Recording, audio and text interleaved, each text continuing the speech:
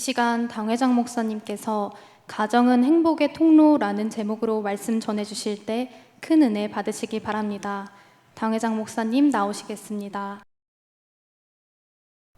인생을 살아가면서 이 세 가지 시간이 필요합니다. 하나는 일하는 시간이 필요합니다.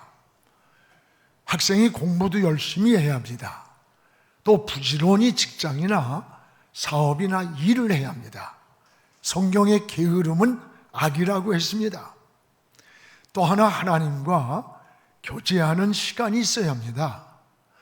바쁘다고 하나님과의 기도하는 영적인 교제나 또 예배가 무너지면 오히려 영혼이 곤고해지고 또 마음의 평안을 잃고 골치 아픈 일들이 거미줄처럼 엉키는 것을 느끼게 됩니다. 또 하나는 가정생활을 위한 시간이 있어야 합니다. 어떤 이는 성공 하면서 가정을 돌보지 않고 정신없이 성공만 향해 달려가다가 오히려 가정이 깨지고 자녀들이 탈선을 하는 비참한 모습을 때로는 보기도 합니다. 여러분 잘 아는 세계 최대 월마트를 창업한 샘 월트는 얼마나 돈을 많이 벌었던지 미국 시애틀을 통째로 사고도 남을 만큼 돈을 벌었어요. 그런데 샘 월튼이 죽기 전에 마지막 남긴 말이 있습니다. 나는 인생을 잘못 살았다. 나는 인생의 우선순위를 잘못 정했다는 고백입니다. 이 월마트를 만들고 키우느라 그의 하루는 늘 번잡했습니다. 그는 자녀들에 대한 아는 바가 거의 없었고 손자들의 이름조차도 절반도 외우지를 못했습니다. 죽음에 가까이 다가온 자신을 돌아보면서 몹시 그는 후회하면서 하는 고백입니다. 인생의 우선순위가 나에게 잘못되었다고, 더 본질적인 것을 놓쳤다고 하는 고백입니다. 그렇습니다. 여러분, 행복은 멀리 있는 게 아닙니다. 여러분 가정 안에 있음을 깨달아야 합니다. 그럼에도 불구하고 가정 안에 보이지 않는 많은 상처와 갈등이 있습니다. 자녀는 자녀대로, 부모는 부모대로 상처를 안고 살아갑니다. 내면의 갈등과 상처를 치유하고 행복한 가정을 회복해야 합니다. 가정이란 혼자가 아닙니다. 더불어 함께 사는 공동체가 바로 가정입니다. 여러분, 부부가 더불어, 부모와 자식이 더불어 행복을 누리는 것이 가정이에요. 그러므로 가정은 몸으로 말하면 몸의 지체와 같은 공동체라는 것을 우리가 늘 기억해야 됩니다. 여러분, 탈무드에 보면 이런 이야기가 있습니다. 어떤 사람이 머리가 둘입니다. 그리고 몸이 하나인 기영아를 데리고 랍비를 찾아왔습니다. 선생님, 이 아이가 머리가 둘이고 몸이 하나인데 한 사람입니까? 두 사람인가요? 랍비가 하는 말이, 한쪽 머리에 뜨거운 물을 부어봐라. 이쪽에 부었는데 다른 쪽이 뜨거워서 같이 고통을 한다면 그 사람은 한 사람이다. 그렇습니다. 가정이란 여러 사람들이 모여 행복을 함께 나누는 공동체입니다. 아픔도 괴로움도 함께 나눠야 하고 기쁨도 즐거움도 함께 나누는 것이 가정이에요. 교회도 가정 같은 공동체인 것입니다. 그래서 저는 성도들을 항상 영안의 가족이라고 하는 말을 부릅니다. 가족이란 말 자체가 사랑의 공동체를 뜻하는 거예요. 자기 고집만 주장을 하고 어떤 권리만을 주장하면 행복한 가정을 이룰 수가 없습니다. 서로의 용서와 사랑과 배려가 있어야 합니다. 여러분, 가족을 변화시키는 힘은 칭찬과 감동이랍니다. 잔소리는 결코 배우자나 자녀를 변화시킬 수 없고 바꿀 수도 없습니다. 솔로몬은 잠언 17장 1절에 이런 말씀을 합니다. 마른 떡 한 조각만 있어도 화목한 것이 제육이 집에 가득하고 다투는 것보다 낫다는 거예요. 여러분, 마른 떡 한 조각이 뭐예요?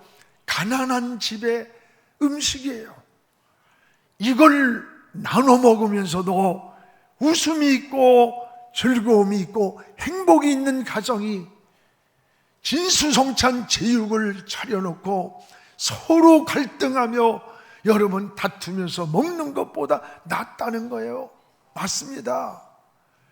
여러분의 가정이 지금 어떻습니까? 여러분의 가정이 행복의 통로가 되기를 주님의 이름으로 축복을 합니다. 오늘 솔로몬은 잠언의 행복한 가정 공동체에 대해서 오늘 3가지로 말씀을 하고 있습니다. 무엇보다 하나는 따라합시다. 하나님을 경외하는 가정. 하나님을 경외하는 가정이 행복의 통로라고 했습니다. 오늘 16절을 우리 함께 봉독하겠습니다. 가산이 적어도 여호와를 경외하는 것이 크게 부하고 번뇌하는 것보다 나으니라. 가산이 적어도 여러분 하나님을 경외하는 것, 하나님을 경외하는 가정이 행복의 통로라는 말이에요. 성경에 45번이나 경외라는 말이 나와요. 경외라는 말은 하나님을 섬기는 것, 믿음으로 사는 것을 말해요. 비록 내가 소유가 우리 집에 넉넉하지 못해도 행복한 가정이 있는가 하면 많은 소유와 조건을 가지고도 오히려 싸늘한 냉장고 속처럼 갈등이 있고 미움이 있고 분노가 있고 분쟁으로 뒤엉킨 그런 가정이 우리 주변에 얼마나 많습니까? 올해에 104세가 되신 생존해 계시는 김용석 교수님은 행복한 가정에는 3가지의 소리가 들려야 한다고 했습니다. 하나는 글 읽는 소리가 들려야 하고, 또 하나는 일하는 소리가 들리는 가정, 3번째는 웃음소리가 들리는 가정이 바로 행복한 가정이라 그랬어요. 저는 여기에 찬송소리와 기도소리가 들리는 가정이 된다면 신앙의 가정에 참된 행복이라고 말하고 싶습니다. 여러분, 성경에 하나님을 경외하는 가정을 보세요. 구약에는 노아의 가정이 모델이에요. 그들은 아들만이 아닙니다. 결혼한 자부들까지 120년 동안 심판을 선고받고 방주를 짓는 거예요. 그 긴 시간 동안 변함없이 온 가정이 하나님을 경외하는 그런 모습을 보여줍니다. 신학에는 고넬료의 가정이 나와요. 사도행전 10장에 보면 고넬료의 가정은 백부장이라 그랬어요. 백부장은 오늘날 말하면 중대당 정도의 계급이에요. 넉넉한 생활이 아닐 거예요. 그런데 성경에 나올 정도의 모범적 가정이었다는 거예요. 온 가정이 하나님을 경외합니다. 이웃을 많이 구제하는 가정이라고 그랬어요. 오늘 여러분의 가정도 철저히 하나님을 섬기고 경외하는 그런 가정이 되기를 주의 이름으로 축복합니다. 행복은 어디서 출발할까? 하나님을 경외하는 믿음에서 출발하는 거예요. 그래서 가정은 믿음 위에 가정이 세워져야 해요. 인간은 짐승과 달리 영혼이 있습니다. 정신적 존재이기 때문에 하나님을 섬기는 데서 참 평안이 우리 마음과 삶에 있고 진정한 행복이 오는 거예요. 하나님을 잘 섬기는 것이 행복의 기초가 됩니다. 여러분, 성경에 아브라함, 이삭, 야곱, 요셉을 보세요. 공통점이 뭐야? 믿음의 DNA를 가지고 명문 가문을 이루어가는 것을 볼 수가 있습니다. 여러분의 자녀들은 다음 세대의 주인공들입니다. 여러분 자녀들의 가슴에 꿈을 심어주세요. 너는 앞으로 이런 훌륭한 자가 될 거야. 너는 아주 이런 재능이 뛰어나. 그리고 믿음을 심어주십시오. 자녀들에게 공부를 잘 시켜주는 것, 재산을 많이 물려주는 것 굉장히 좋은 일이에요. 그러나 더 중요한 것은 그들의 가슴에 꿈을 심어줘야 돼요. 믿음 위에 인생의 기초를 든든히 세워주는 것은 더 중요한 거예요. 이런 말 있지 않나요? 1년을 생각한다면 곡식을 심어라. 그러나 10년의 미래를 바라본다면 열매 맺는 나무를 심어라. 더 나아가 100년을 미래를 생각한다면 사람을 키우라는 거예요. 기름 한 방울 안 나는 우리나라의 자원이 뭐예요? 사람의 사람. 사람을 키워야 돼요. 다음 세대 글로벌 리더가 될 우리 다음 세대를 키워서 이 민족의 이 사회에, 세계 무대에 나가야 되는 거예요. 오늘 여러분의 자녀들이, 우리 학생들이 그런 미래 다음 세대의 꿈나무가 되기를 축복합니다. 여러분 성경 속에 훌륭한 인물들을 보세요. 모세의 지도력, 사무엘, 다니엘 같은 사람들이 누구예요? 믿음 위에 인생의 기초가 놓아진 인물이에요. 믿음으로 키운 여러분의 자녀들이 바로 다음 세대 축복의 통로가 되기를 축복합니다. 또 하나 따라해봐요. 서로 사랑하는 가정. 여러분 서로 사랑하는 가정이 행복의 통로가 되는 겁니다. 오늘 17절을 우리 함께 읽겠습니다. 채소를 먹으며 서로 사랑하는 것이 살찐 소를 먹으며 서로 미워하는 것보다 낫다. 채소를 먹으면서 서로 사랑하는 게, 살찐 소, 요즘 말하면요 갈비 뜯으면서도 서르르렁거리고 싸우고 다투는 것보다 낫다는 거예요. 여러분 가정은 사랑 공동체예요. 가정의 본질은 건물이 아니에요. 가정의 근본적 본질은 그 안에 사랑이라는 게 있어야 돼요. 사람은 사랑을 먹고 사는 겁니다. 사랑으로 맺어진 것이 가정인 거예요. 전에 어느 간호사가 쓴 수기를 읽어보고 참 마음이 뭉클했습니다. 한 모녀가 정형외과를 찾아왔습니다. 60이 넘어 보이는 어머니가 의사에게 자신의 왼손을 내놓고 이 넷째 저의 손가락을 잘라서 내 사랑하는 딸에게 주려고 왔다고 하는 이야기입니다.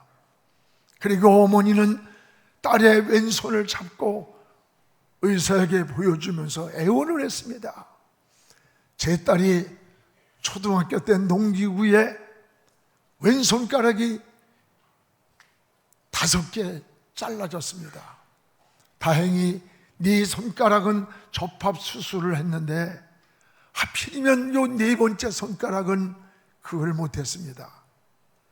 그런데 지금 이번에 우리 딸이 시집을 가게 됐습니다.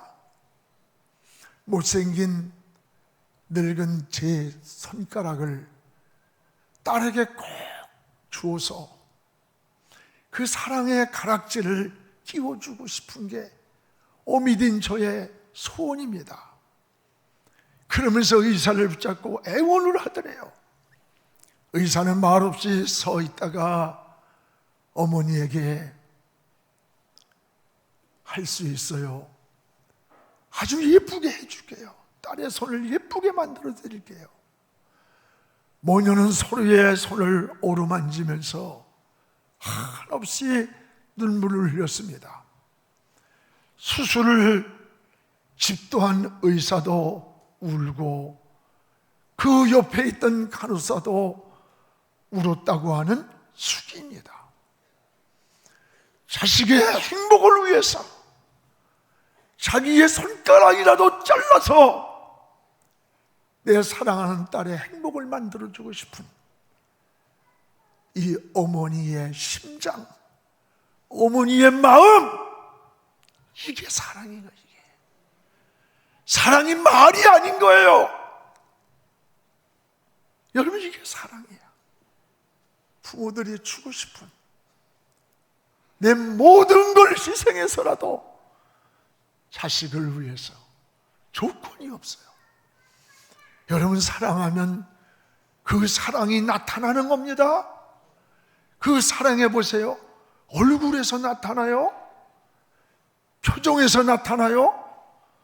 여러분의 행동에서 그 사랑이 나타납니다. 사랑 안 해봤어? 이게 사랑하면요, 그 사람을 사랑하는 게 눈빛을 보면 알아. 벌써 말을 안 해도 사랑하고 있는 게. 그래 안 그래요? 안 해봤나 봐.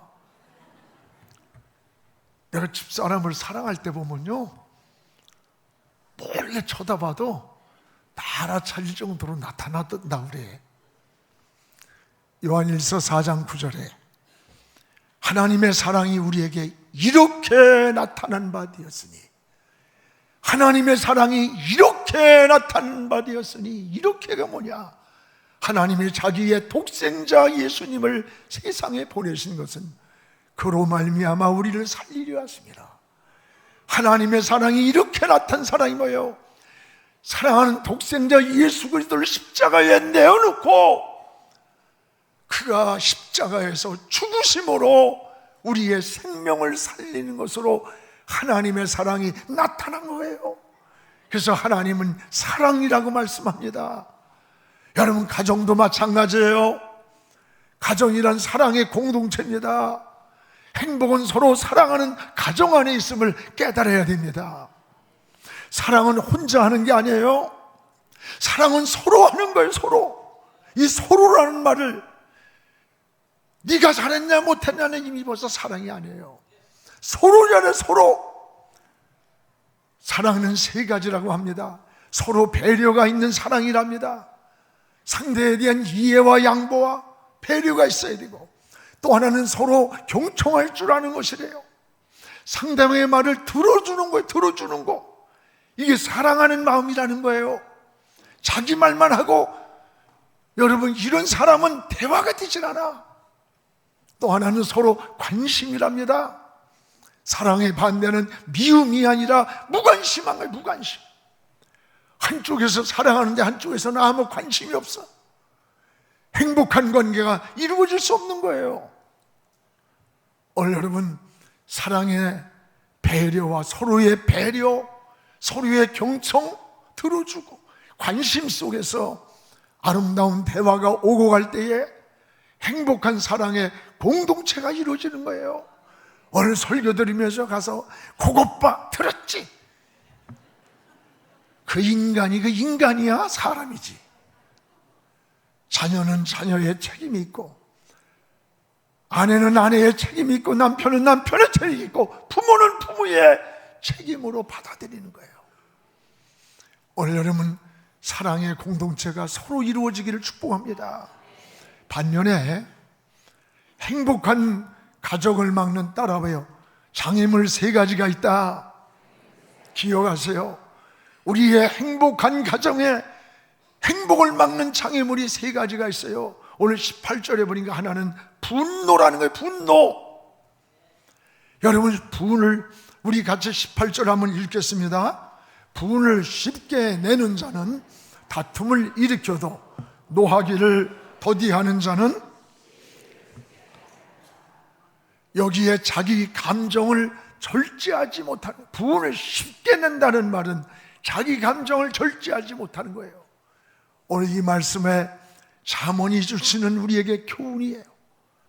말 가슴이 와닿습니다. 반면에 노하기를 더디하는 자는, 분한 일이 생겼지만 그 분을, 노하기를 더디하는 자는 시비, 싸움을 그치게 한다는 거예요. 그래서 제가 이 말씀을 준비하다가 이걸 어떻게 해볼까 혼자 생각했어요. 제가 성질이 급하잖아요. 성질이 날 때 어떻게 할까 하고 숨을 여기 들이쉬고 주여를 내가 2부 때는 3번만 해보자 했는데 끝나고 났더니 항의를 해. 3번 가지고는 절대 그게 안 된대요. 그래서 숨을 들이쉬면서 5번째로 주여, 주여, 주여, 주여, 주여 5번쯤 하면 유순한 말로 순화가 된답니다. 한번 해봐요. 숨을 들이쉬고 5번 시작. 주여, 주여, 주여, 주여, 주여. 이 정도만 노를 더디하면 유순한 말로 순화가 되는 거예요. 근데 여러분 상대방 앞에서 눈 똑바로 뜨고 주여, 주여 속 뒤집어 놓는 거예요. 속으로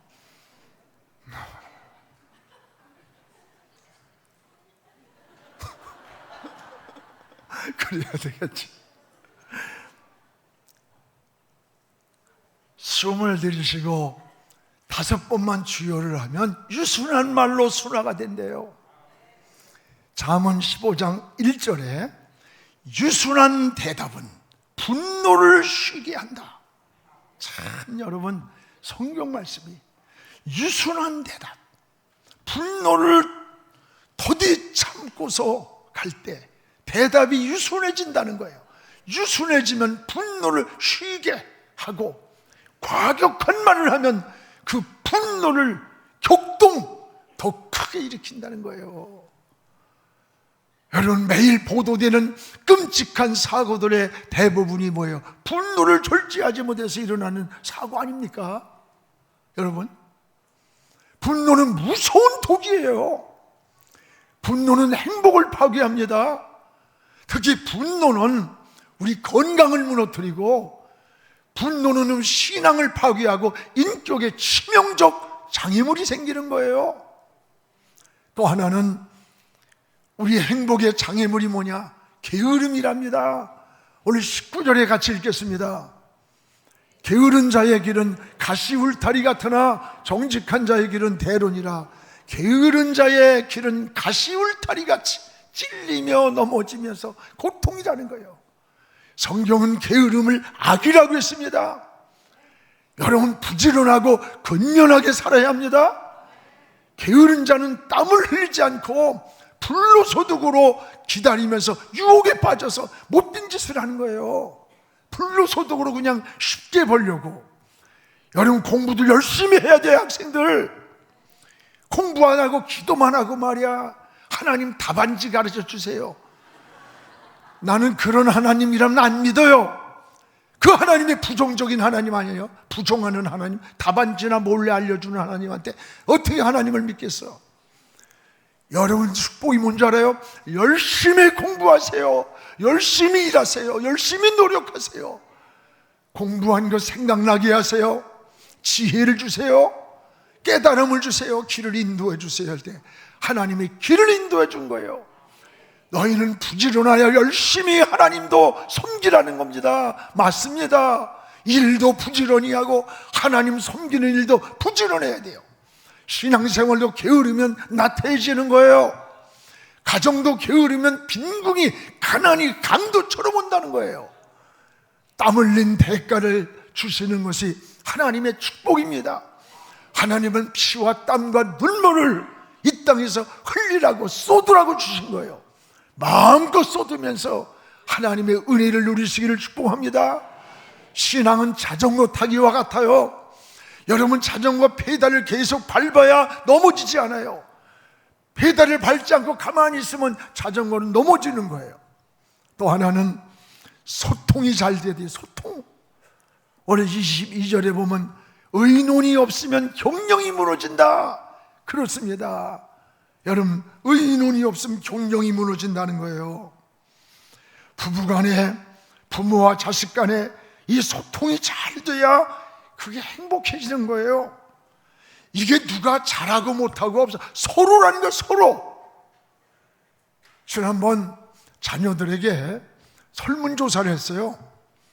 그런데 물론 어리니까 뭐 그런 생각을 할 수 있겠지만은 자신을 가장 힘들게 하는 것이 누구냐 그랬더니 놀랍게도 우리 엄마고 우리 아빠입니다 그랬어요. 알아요? 자녀들과 소통이 안 된다는 거예요. 그래서 내가 이거를 우리 애들한테 전화를 해봤어요. 이제 다 크니까 아빠 그런 거 없어요. 그러나 뭐 어릴 때는 당연하지요. 그러더라고. 명령과 지시, 어떤 그냥 뭔가 달려면 주고 끝나고. 여러분, 소통이라는 게 얼마나 무서운 줄 알아요? 자녀들과 소통이 안 된다는 거예요. 무엇보다 말이 통하는 가정, 이게 행복이라는 거예요. 우리 모두가 서로의 책임을 가지고 여러분의 가정이 소통이 잘 되는 그런 가정 되기를 바랍니다. 사랑하는 성도 여러분, 행복은 저절로 이루어지는 산물이 아닙니다. 서로 만들어가야 합니다. 우리는 하나님께 인생의 기초를 두십시오. 서로 사랑하는 가정이 될 때 거기에 기쁨이 있고 하나님의 은혜가 있고 행복한 가정이 이루어집니다. 여러분의 가정이 바로 그런 가정 되기를 축복합니다. 기도하겠습니다. 고마우신 우리 하나님 아버지 감사합니다. 오늘 우리 가족이 함께 예배드리며 세대 통합으로 드립니다. 사랑하는 자녀들, 또 부모, 형제들 모두 우리가 서로 사랑해야 하고 서로 경청해야 되고 서로 이해하고 양보하면서 아름다운 가정을 이루기를 원합니다. 하나님을 경외하는 우리 가정 되기 원합니다. 서로 사랑하는 가정 되기 원합니다. 우리 가정 안에 있는 장애물을 제거하여 주셔서 행복한 가정으로 하나님의 행복의 통로가 열리게 하여 주시옵소서. 예수님 이름으로 기도하옵나이다. 아멘.